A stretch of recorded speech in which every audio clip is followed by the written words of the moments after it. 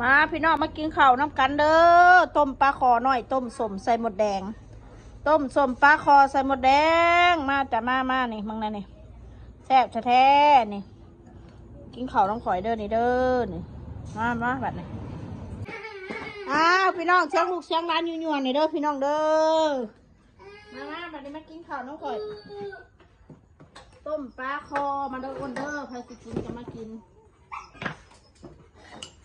แก้วปลาโคนข้าวไปก่อนเดี๋ยวยังป้อนเขาลูกอยู่คำเขาต้องไปคำแล้วได้เนาะกับบริข้าวเนาะป้อนลูกมาพี่น้อง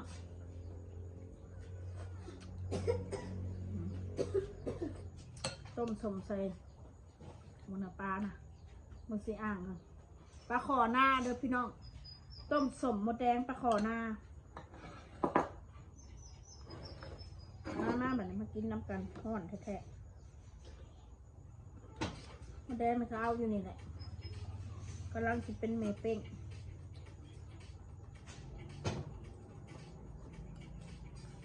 กำลังจะเป็นแม่เป้ง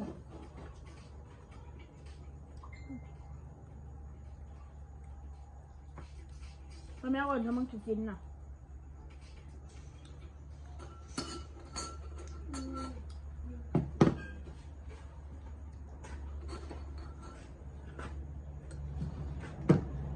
ใช่มันคือปุ่นบุคคลเร็วขั้นใบกินโลดปุ่นโตเนี่ยคือมันผิดปุ่นใส่ค่อยพะงมใส่ได้นะแต่ได้ดีพี่น้องกินหนัง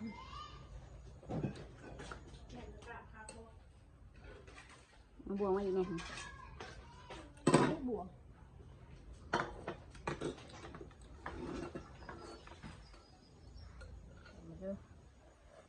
อีช่างน่ะบดซองเกตอันนี้บ่ได้ต้มธรรมชาติ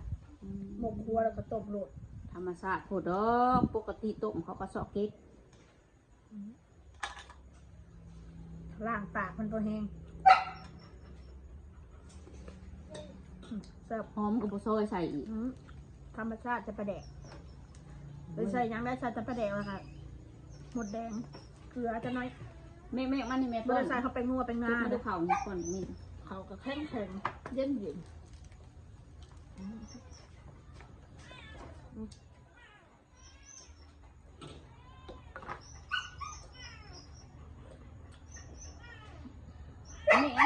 บักกระคังมันได้ค่ะ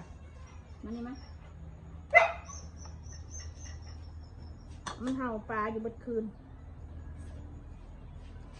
บนคืน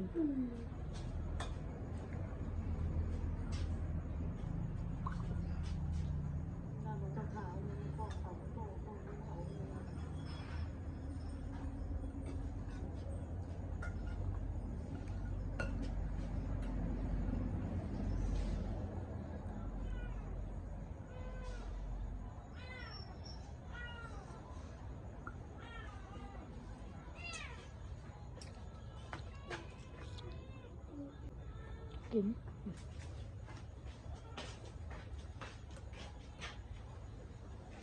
เดี๋ยวว้ายเกี่ยนี่ไม่ใช่ว้ายผ่านยังมีค่ะผ่าเสร็จกี่โมงไหม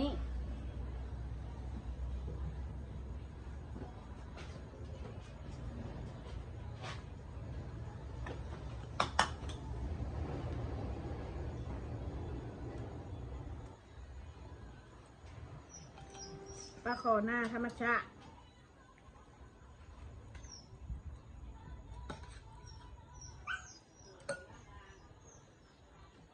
เกิดงามเลยดิสั่งอีกแล้วได้เกิดงามใส่กองออนไลน์แล้วฟังเลยนะขนาดน้อยอีเมล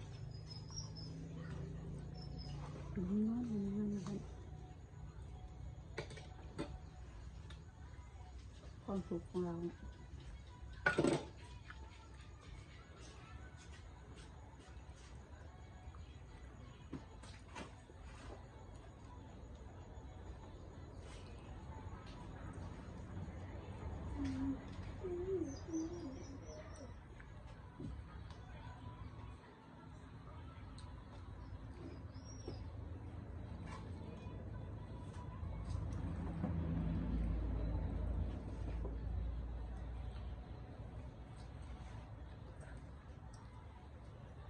เพลงเด้อเพลงเด้อปิดเด้อเพลงขอบคลิปคอยเด้อ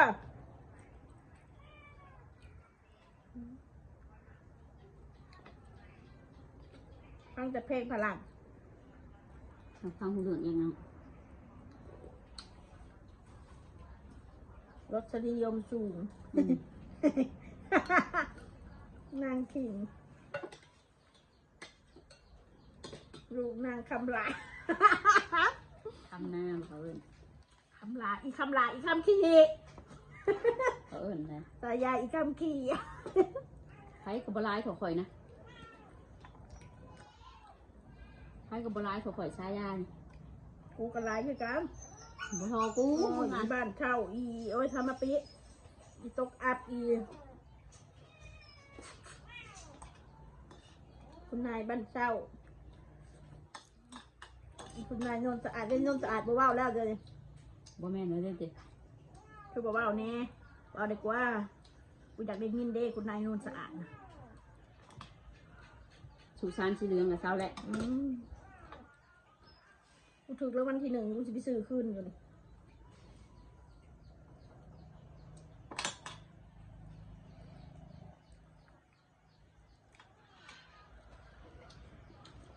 คนละเบิ่งกล้องกันได้พี่น้อง คือวันที่1ก็ไปซื้อบอลใหม่เลยเนาะไปซื้อได้ถูกบ่ บ่ซื้อไว้เฮ็ดเฉพาะมันนี่แล้วมีเงินเนาะเฮ็ดได้ซะคนมีเงินซื้อทิมไว้ซื้อแล้วบ่อยู่ก็ซ้ำหาเขาว่าสุสานสีเหลืองหั่นนะ ซื้อเฮ็ดใช่มันซื้อๆเนี่ยล่ะบ่อยู่กับเฮ็ดได้ซะซื้อให้มันอิจฉาเล่นๆว่าซั่นซะคนน่ะ เกิดประมาณที่1กันบอลใหม่ บ่อึดดอกหมอกใหม่ก็สิซื้อ หรือ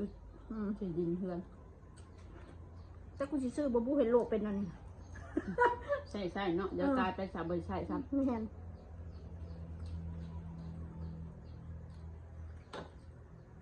เขาแห่งทำนายว่าอยู่อีกกลางปีว่า ำ ซั่น กูเห็นเมนูกูก็จะขายเบิดแต่ละมันยังต้องกูก็ดี ย่านฮอดมือมันน่ะนะเอามัดผูกมัดแขงมัดขาใส่กันพร้อมอย่างไงลูกเต้า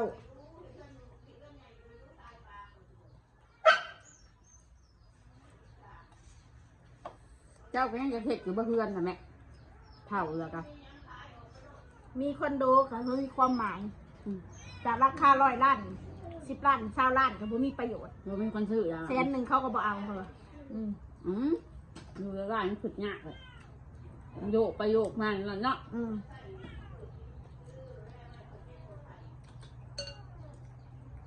พลือหารู้ไปนี่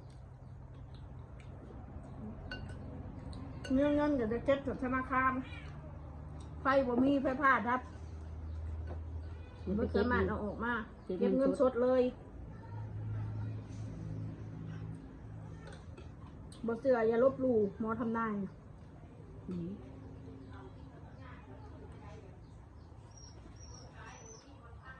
มันมีเงินยังมีประโยชน์จะหน่อยอ่ะ เพื่อนต่ำคือใจเฮานี่ตายเสร็จบอกข้างดอง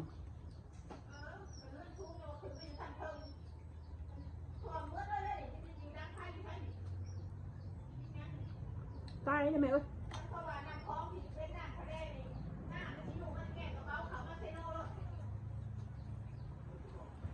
เขาบัดนั้นนะ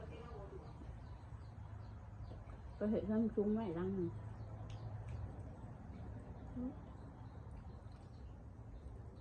เฮ็ดกับบ่มีเงินเฮ็ดนั่นนะ มันเห็นรังน้อยๆในเว็บคือหัวคอยนะมันใบทนหัวยังตายมันตัวเองก็ตายแล้ว ชิ้นพิเศษมากเลยฉันเนาะ ตายก็ตายยังหอดมือมัน มัดจากกันเด้อ มันตายแบบ เอาเสือกมัดห่วงจากกันเมียนยันมันไหลไปทุกทีกระแดนศพมามัดห่วงจากกันเมียนเวลาน้ำท่วมกูว่าของฉันได้กับผัวกูมัดไว้สักครั้ง มันที่ท่านจะหาเสื้อ อ้าวเขากับบังข่าวเหรอเตรียมพร้อมเหรอเตรียมพร้อมไปไหน มัดเพื่อนเนี่ยตายเพื่อนเนี่ยกูตายเพื่อนกูนี่แหละ มันสิได้แล้วก็สิบกระแดน กูตายกูก็เผาเพื่อนกูอยู่ ไอ้พวกด่าคนของระวังศูนย์นะระวังศูนย์นะ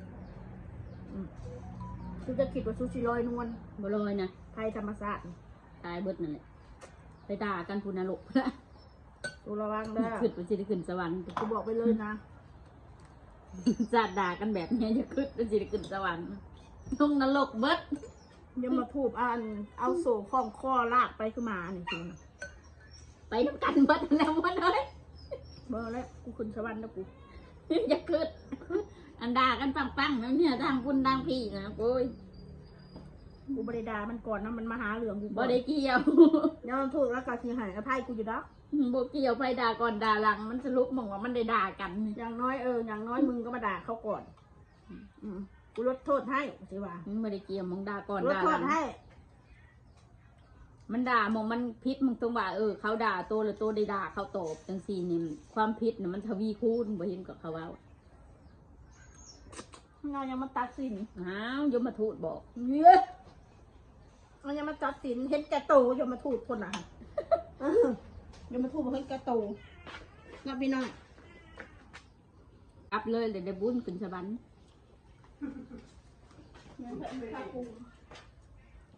กระดาษย่อมาทูดในเฮาเทียงย่อมาทูดก็ยังจะขายเนาะคือเอาเลยนะ